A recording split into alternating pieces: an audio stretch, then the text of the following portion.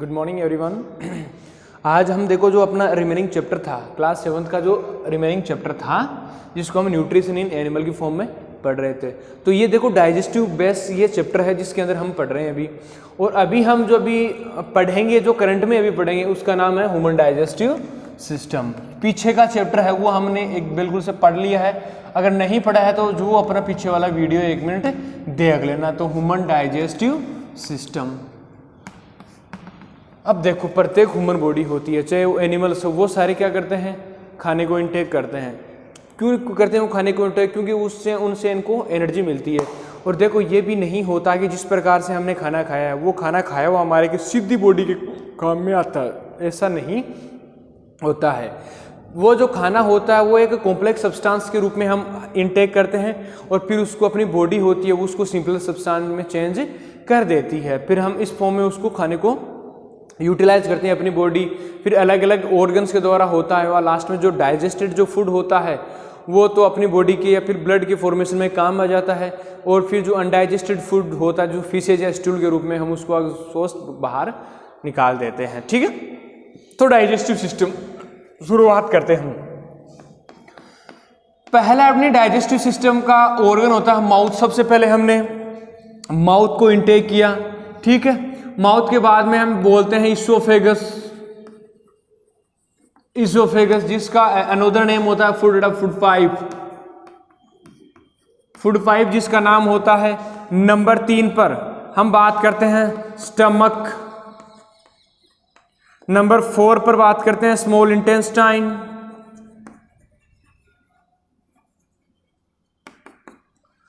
Number 5 पर बात करते हैं लार्ज इंटेस्टाइन।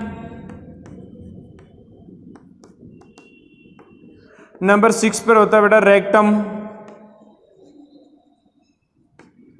एनस। तो इस हम फॉर्म में इन ऑर्गन से होते हुए जिस प्रकार से अपना जो फूड होता है वो कौन से टाइप से, वो देखो हम बात करते हैं कॉम्प्लेक्स कंपाउंड से, वो सिंपल सब्सटेंस में कन्वर्ट होता है। तो वो इन सारी प्रोसेस से गुजरने के बाद में वो कन्वर्ट होता है। तो इन सब के पढ़ने पर हम सबसे पहले स्टार्टअप लेते हैं माउथ से। माउथ अपना जो फर्स्ट होता है, फर्स्ट डाइजेस्टिव ऑर्गन्स होता है।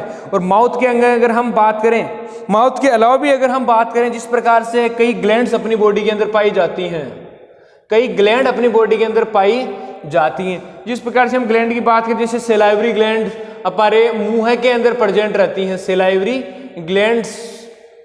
ठीक है, लीवर ग्लैंड, लीवर ग्लैंड ये अपने डाइजेशन में पार्टिसिपेशन वाली सारी ग्लैंड्स होती हैं।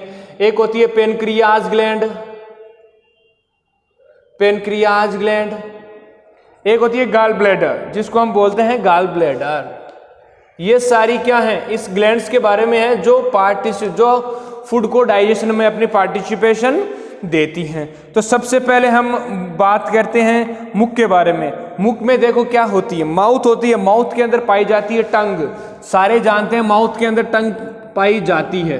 पर इस टंग के साथ में टीथ पाए जाते हैं जो खाने को कॉम्प्लेक्स जो फूड होता है इसको हमने मुंह में इंटेक किया है उसको सिंपलर सब्सटेंस में कन्वर्ट करते हैं। किसकी हेल्प से? सेलाइवरी ग्लैंड्स की हेल्प से। सेलाइवरी ग्लैंड्स अपनी बॉडी के अंदर या मुंह के अंदर पाई जाती हैं जो खाने को क्या करती हैं, गीला करने का काम करती हैं। ठीक है, गीला करके फिर ये जो इसोफेगस होता है उसमें आगे ये ट्रांसफर कर देती हैं खाने को, जिस प्रकार से हम इनगल्ब करते हैं। ठीक है, इस प्रकार की प्रोसेस में ये खाने को इंटेक कर देती हैं। इसके अलावा अगर बात करते हैं सेलाइवरी ग्लैंड्स, तो सेलाइवरी ग्लैंड्स में देखो एमाइलेज एंजाइम प्रेजेंट रहता है। एमाइलेज एंजाइम प्रेजेंट रहता है। ये क्या करता है, ये खाने को एकदम से गीला रखता है और फूड की प्रोसेस को आगे बढ़ा देता है। ठीक है, फिर हम बात करते हैं टीथ। टीथ इसी का एक पार्ट है। तो हमारी ह्यूमन बॉडी के अंदर 4 टाइप्स के टीथ पाए जाते हैं। जिस प्रकार से हम बात करते हैं incisor, scissor, canines and incisors, canines, premolars and molars. ये 4 टाइप्स के टीथ हमारी बॉडी के अंदर पाए जाते हैं। जिस प्रकार से हम बात करें 8 जो टीथ होते हैं वो इंसीजर्स होते हैं, जो टीथ 4 होते हैं वो केनाइंस होते हैं, 8 जो टीथ होते हैं प्रीमोलर्स होते हैं और 12 जो टीथ होते हैं वो मोलर्स इस प्रकार के होते हैं। जिसमें फंक्शन की बात करें जो इंसीजर्स होते हैं उनका फंक्शन होता है बाइटिंग एंड कटिंग करने का। फिर जो कैनान्स होते हैं उनका फंक्शन होता है टीयरिंग करने का।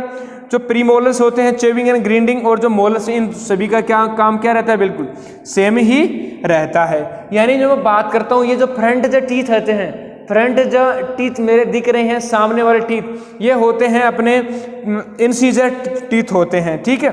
फिर देखो ये जो दांत इस साइड से तीखे थोड़े से नुकीले दांत होते हैं, ये दांत होते हैं केनाइन्स। और केनाइन्स बात करते हैं केनाइन्स, केनाइन्स से जस्ट आगे होते हैं मोलर्स और उससे आगे प्री मोलर्स। तो इस प्रकार के हमारे मुंह के अंदर ये पाए जाते हैं। ये दांतों का एक स्ट्रक्चर अपनी फॉर्म में पाया जाते हैं। स्ट्रक्चर ऑफ रूट की बात करें तो दांतों का जो स्ट्रक्चर है, आप अपने जो डायग्राम है आप उसमें देख सकते हो अपनी बुक के अंदर, जो पेज नंबर 26 के ऊपर है। इसके अंदर आपको दिखाया गया है कि प्रत्येक जा के अंदर ये जो जबड़े होते हैं, जबड़े के अंदर ये जो टीथ होते हैं वो धंसे हुए इम्बेडेड रहते हैं। और इनके दांतों के ऊपर जो एक अपर साइड में गम से बाहर निकला हुआ जो पार्ट होता है, जिसको हम बोलते हैं क्राउन बोलते हैं, the top part of the tooth outside the gum, यानी गम के बाहर निकला हुआ दांत का वो पार्ट जो ऊपर जो क्राउन की तरह काम करता है। और बात करते हैं नेक की, the part between root and the crown की बात हो गई। फिर ठीक है, the tooth initial the made of, देखो टूथ किस से मिलकर के बना होता है, हमें उसके बारे में आपको अपनी बुक से एक बार इसको देख लेना। द इनेमल होता है, इनेमल देखो व्हाइट एक तो टूथ ऐसा पार्ट होता है, ठीक है, हार्डेस्ट सब्सटेंस इन और बॉडी, हमारी बॉडी के अंदर पाया जाने वाला सबसे हार्डेस्ट पार्ट होता है। It is deposited outside the crown of the tooth and enamel contains calcium salt. ये किससे बना होता है, ये कैल्शियम साल्ट से बना हुआ होता है। डेंटाइन की बात करें, dentine is a like a bone structure, it is hard. देखो डेंटाइन होता है वो एक हड्डी की जैसी स्ट्रक्चर्स होती है जो काफी ज्यादा हार्ड पाया जाता है। पल्प कैविटी की बात करते हैं जिसमें दांत, देखो इनसाइड द डेंटाइन, डेंटाइन के अंदर की बात है, there is a soft pulp cavity which contain blood vessels and the nerves. हम देखो कई बार क्या करते हैं, जिस प्रकार से दांत को अगर हम उसे खोद करके निकाल लेते हैं तो अपने दांतों के जो मसूड़े रहते हैं उसके अंदर खून आने लग जाता है, क्योंकि जो लास्ट का जो पल्प कैविटी के अंदर ये जो टीथ होते हैं वो अपनी बॉडी के जो गम्स होते हैं, गम्स के अंदर जो पल्प कैविटी पाई जाती है, उस पल्प कैविटी के अंदर क्या रहते हैं, ये इमिडिएट रहते हैं, प्रेजेंट रहते हैं, जहां पर क्या रहती है, ब्लड सेल्स रहती हैं, ब्लड वेसल्स उसके अंदर प्रेजेंट रहती हैं। फिर देखो आपको देखो अपने दांतों की साफ सफाई करने के लिए देखो इसमें दिया हुआ है कि healthy teeth are white and harmony gums in are pink होते हैं। If proper care is not taken, अगर आप अपने दांतों की प्रॉपर केयर नहीं करते हो तो टीथ बिकम येलोविश, तो देखो दांत कैसे बन जाते हैं, पीले कलर के हो जाते हैं। तो इस इंफॉर्मेशन की वजह से sticky film containing food particles, saliva and bacteria, तो इसको बोलते हैं प्लेक, इसको बोलते हैं। तो ये जो प्लेक होता है ये अब्जॉर्ब सर्जरी, देखो ये क्या करता है, the plaque absorb sugary and starchy food material, ये देखो किन किन को अब्जॉर्ब कर लेता है, जो भी मीठे होते हैं, जो भी स्टार्च होते हैं उस मटेरियल को अब्जॉर्ब कर लेता है।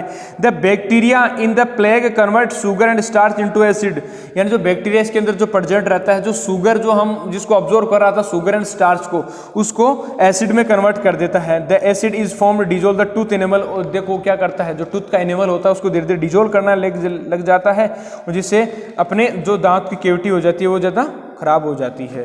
ठीक है, ये देखो इतना है, और इसके आगे भी देखो दांतों के बारे में आपको चैप्टर में अपने दिया हुआ है, पर आज की वीडियो में हम इतना ही पढ़ेंगे, बाकी का जो वीडियो है वो आगे नेक्स्ट वीडियो में पढ़ेंगे। Thank you.